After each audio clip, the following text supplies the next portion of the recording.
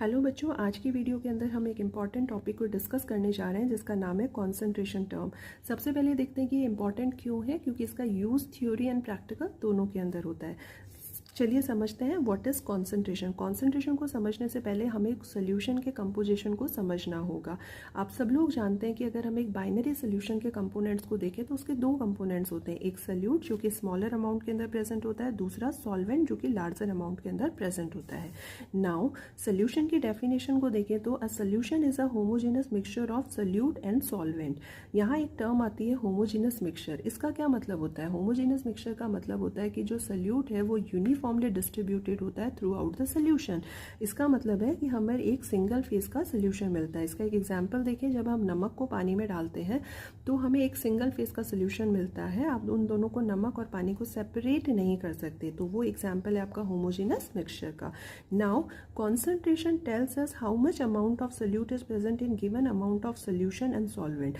Concentration हमें बताती है कि कितना अमाउंट ऑफ सोल्यूट प्रेजेंट है in a known amount of solution और सॉल्वेंट के अंदर।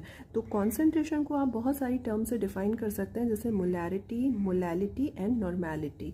चलिए सबसे पहले हम देखते हैं मोलैरिटी के बारे में। It's a very important concentration term. इसको एक्सप्रेस किया जाता है कैपिटल M से।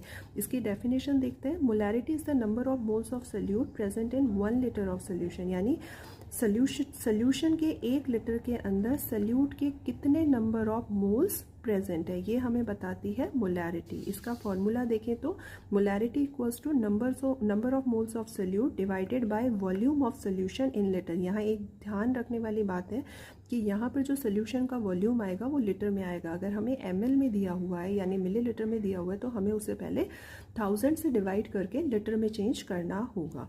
तो अब इसकी जो यूनिट है मोलैरिटी की, that is moles per litre होगी। देन क्वेश्चन आता है how do we calculate the number of moles. Generally हम देखते हैं कि प्रैक्टिकल के अंदर देखते हैं कि हमें जो सॉल्यूट है उसका मास दिया जाता है ग्राम्स के अंदर। तो हमें कैसे पता चलेगा कि किसी भी सॉल्यूट के इतने ग्राम में उसके कितने नंबर ऑफ मोल्स प्रेजेंट है? तो इसके लिए एक फॉर्मूला होता है कि अगर हमारे सॉल्यूट का मास x ग्राम है और उसका मॉलिक्यूलर मास कैपिटल M है, मॉलिक्यूलर मास को आप एक्सप्रेस करते हैं ग्राम पर मोल के अंदर, तो नंबर ऑफ मोल्स को कैलकुलेट करने के लिए आप सिंपल मास ऑफ सॉल्यूट को डिवाइड करेंगे उसके मॉलिक्यूलर मास से।